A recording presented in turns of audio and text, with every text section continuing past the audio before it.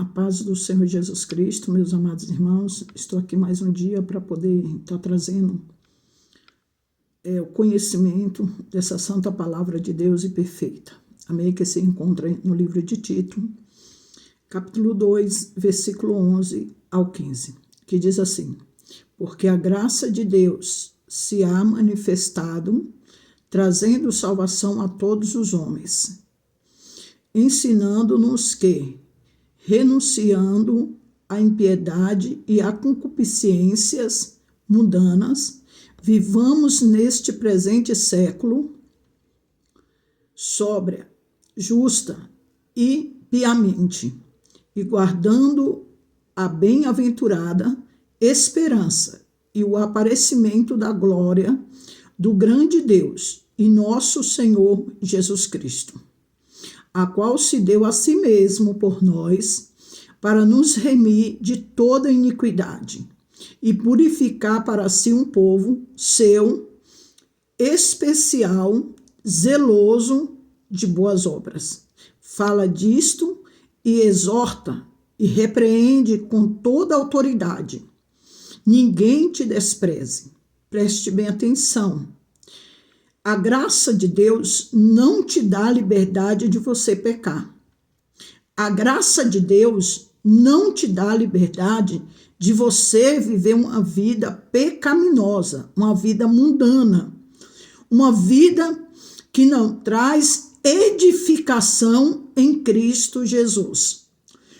Os dias da graça, quer dizer, os dias do favor não merecido, a qual nós recebemos para podermos ser purificados de todos os pecados. Somente através do sangue de Cristo, da pessoa bendita do nosso Senhor e Salvador Jesus Cristo. Então, Deus não te deu liberdade de você usar o nome dele, de você usar a palavra dele, para poder dar apologia ao pecado, às coisas mundanas, tá? E às libertinagens. Aqui está dizendo, Deus vai preparar para si, através da graça, que o povo será separado, tá? Será zeloso de boas obras, tá? Especial, as pessoas renunciará à impiedade, às concupiscências mundanas, também. Então, quando nós entendemos que a graça é a renúncia do pecado, quando é que eu recebo a graça? É quando renuncio o pecado, é quando nós deixamos de pecar. Aí nós reconhecemos Jesus Cristo como Filho de Deus, como aquele que remiu, como aquele que nos purificou de todo pecado, e agora nós vivemos uma vida santa para Deus. Aleluia. Nós vivemos uma vida separada do mundo, das concupiscências do mundo, a qual nós estamos vendo aí, né? A prostituição, o espírito de prostituição tomando conta das pessoas, levando as pessoas a ter relação sexual sem casar, sem ter um casamento, na fase de namoro, na fase de noivado, quando nós vemos pessoas que não estão nem aí passando doutrina do Senhor e dizendo que é cristão, vive as práticas do mundo, tudo que o mundo oferece, se veste como o mundo, fala como o mundo, age como o mundo e quer parecer com Cristo. E diz que Cristo está na vida dela. Sinto muito dizer para você, Cristo não está na sua vida. Cristo não é contigo. Por quê? Porque você não renunciou à impiedade deste mundo.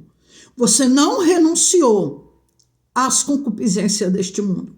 Você não renunciou nada por amor a Cristo. Você está na igreja, você continua bebendo. Você está na igreja, você continua fumando.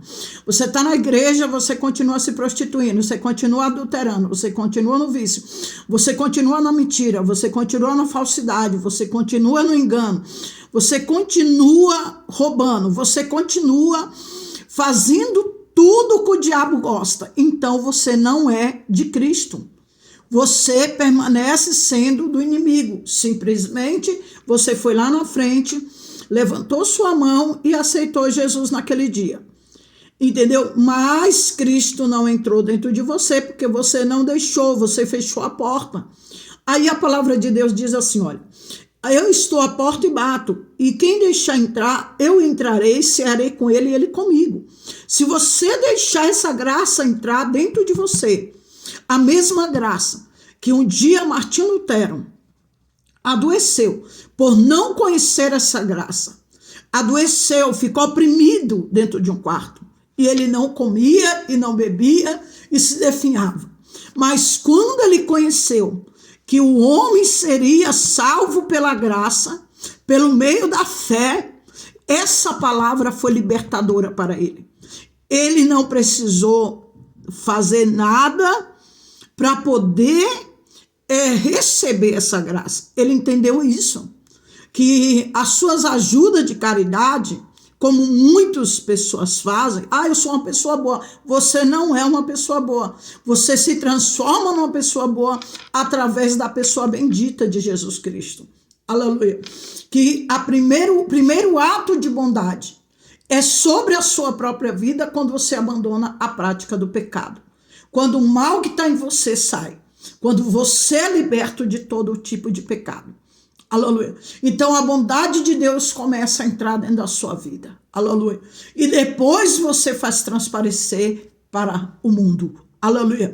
Que a boa e perfeita, você aceitou a boa e perfeita vontade de Deus. Aleluia. Quando você aceita a boa e perfeita vontade de Deus sobre a tua vida, sobre o seu ser, sobre o seu coração, as outras pessoas começam a ver a mudança que Cristo fez na sua vida. Aleluia. E aí começa uma grande evangelização. Aleluia. Como aquela mulher samaritana.